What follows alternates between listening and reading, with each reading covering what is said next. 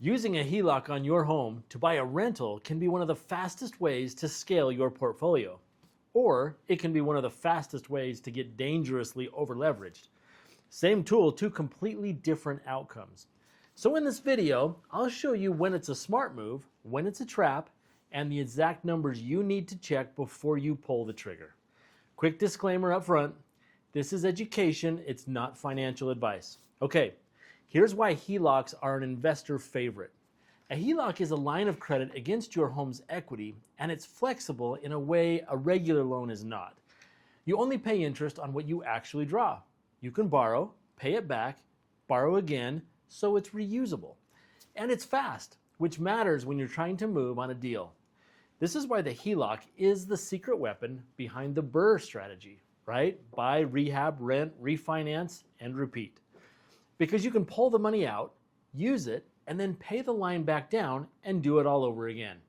Now, real talk on qualifying, because 2026 rules are stricter than a lot of the gurus admit, especially if you're putting the HELOC directly on a rental instead of on your primary home. Expect to need a credit score around 680 or higher. Expect a max loan to value anywhere from 75 to 90% depending on whether the HELOC is coming from an existing rental property or from your primary residence. This means that you have to leave 10 to 20% equity in the property depending on the property type. And expect a higher interest rate than a primary residence HELOC, typically half a point to a point and a half higher in interest rate, which in today's market puts investment property HELOCs roughly in the 8.5 to 9.5% range. Lenders will also want to see cash reserves, often 6 to 12 months, and a solid debt-to-income ratio. So it's a powerful strategy, but you've got to be a strong borrower. Here's the part that gets people in trouble. First, the rate is variable.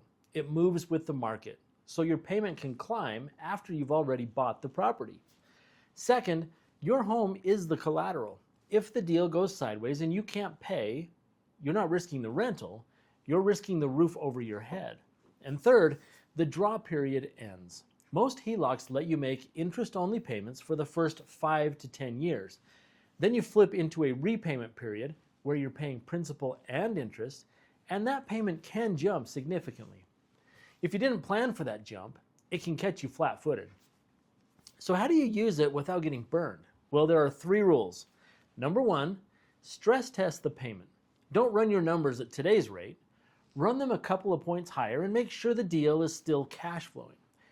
If it works at the perfect rate, it doesn't actually work. Number 2, have an exit for the balance. The cleanest play is the BRRRR method, right? Use the HELOC to buy and rehab, then refinance the rental into a long-term loan and pay the HELOC back down so it's all ready for the next deal. Number 3, keep reserves. Never draw the line to zero. Leave yourself a cushion for vacancies and repairs. Use it like a tool, not a piggy bank. And when should you not do this? If your margins are thin and a rate bump would sink the deal, skip the deal. If you can't comfortably cover the payment out of your own pocket in a bad month, skip the deal. And if you're buying in an overheated market just because the money's available, that's how people get overleveraged right before a correction. The HELOC amplifies whatever you do, good or bad.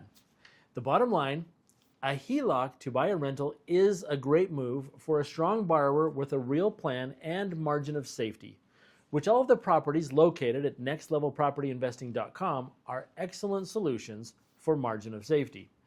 If this video was helpful, like and subscribe, and I'll see you in the next video.